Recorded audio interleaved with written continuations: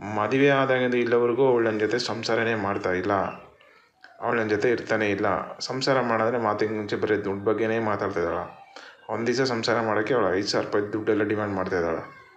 ಮದುವೆಗಿನ ಮೊದಲು ಅವಳು ಕ್ಲಿಯರಾಗಿ ಬಾಯ್ಬಿಟ್ಟು ಹೇಳಿದಳು, ನನಗೆ ಸಂಸಾರ ಮಾಡ್ತೀನಿ, ನಿನ್ನ ಜೊತೆ ಮಕ್ಕಳು ಮಾಡ್ಕೊಂತ ಹೇಳಿದಳು ಅವಳೇ.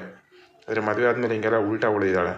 ಮದುವೆಗಿನ ಮೊದಲೇ ನಮ್ಮ ಹತ್ರ ವಧು ದಕ್ಷಿಣೆಗೆ ಅಂತೇಳಿ ಸೀರೆಗೆ, ಬಂಗಾರಕ್ಕೆ, ಮದುವೆ ಖರ್ಚಿಗೆ ಅಂತೇಳಿ 3,000-4 ಲಕ್ಷ ರೂಪಾಯಿ ಇಸ್ಕೊಂಡಿದ್ದಾಳೆ. ಅದು ಇದುವರೆಗೂ ನಮಗೆ ನಾವು ಹಾಕಿರೋ ಬಂಗಾರ ನಮಗೆ ವಾಪಸ್ ತಂದು ಕೊಟ್ಟಿಲ್ಲ. ಏನೋ ಹೇಳಿದ್ರೆ ಅವ್ರು ತಾಳಿ ತೆಗೆದು ಕೊಡ್ತಾಳೆ. ಇದಕ್ಕಂದರೆ ತಾಳಿ ನಿಮ್ಮ ಮನೆ ಗಂಡನ ಮನೆಯದು, ಫಸ್ಟ್ ಇದನ್ನು ತೆಗೆದು ಆಮೇಲೆ ಅದನ್ನು ಕೊಡ್ತೀನಿ ಅಂತೆಲ್ಲ ಬ್ಲ್ಯಾಕ್ ಮೇಲ್ ಮಾಡ್ತಾ ಇದ್ದಾಳೆ. ಒಂದು ವಾರ ಏನೋ ಇಲ್ಲ ನನ್ನ ಜೊತೆ ಬಂದು ನಮ್ಮಪ್ಪ ನಮ್ಮಮ್ಮನ ಜೊತೆಲ್ಲ ಜಗಳಾಡಿ ಮತ್ತೆ ಮೈಸೂರಿಗೆ ಹೊಡಬಿಟ್ಲು. ಅವಳು ಕ್ಲಿಯರಾಗಿ ಹೇಳಿದರೆ ನಂಗೆ ಸಂಸಾರ ಮಾಡೋಕ್ಕೆ ಇಷ್ಟ ಇಲ್ಲ, ನನಗೆ ಹಿಂಗೆ ಜಾಲಿಯಾಗಿರ್ಬೇಕಂತ ಇಷ್ಟ ಇದ್ದೀನಿ ಅಂತ ಹೇಳ್ತಾ ಇದ್ದಾಳೆ. ಮಾತಿಗೆ ಮುಂಚೆ ಬರೀ ದುಡ್ಡು ಬಗ್ಗೆನೇ ಮಾತಾಡ್ತಾಳೆ ಅವಳು, ಇನ್ನು ಏನೂ ಇಲ್ಲ. ಅದಕ್ಕೆ ಬಿಟ್ಟು ಮೈ ಮುಟ್ಟಕ್ಕೆ ಹೋದರೆ ಜೋರಾಗಿ ಅರಸ್ತಾಳೆ.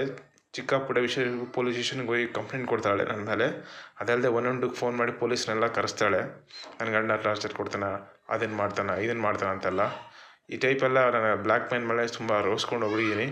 ಅವಳೇ ಹೇಳಿದ್ದು ಕ್ಲಿಯರಾಗಿ, ನನಗೆ ಸಂಸಾರ ಮಾಡೋಕ್ಕೆ ಇಷ್ಟ ಇಲ್ಲ, ನಾನು ನಮ್ಮ ತಂದೆ ತಾಯಿಯ ಬಲವಂತಕ್ಕೆ ನಾನು ಮದುವೆ ಆದೆ ಅಷ್ಟೇ ವಿನಃ ನಾನು ಯಾವುದೇ ಉದ್ದೇಶಕ್ಕೆ ನಾನು ಮದುವೆ ಆಗಿಲ್ಲ ಅಂತ ಹೇಳ್ತಾ ಇದ್ದಾಳೆ.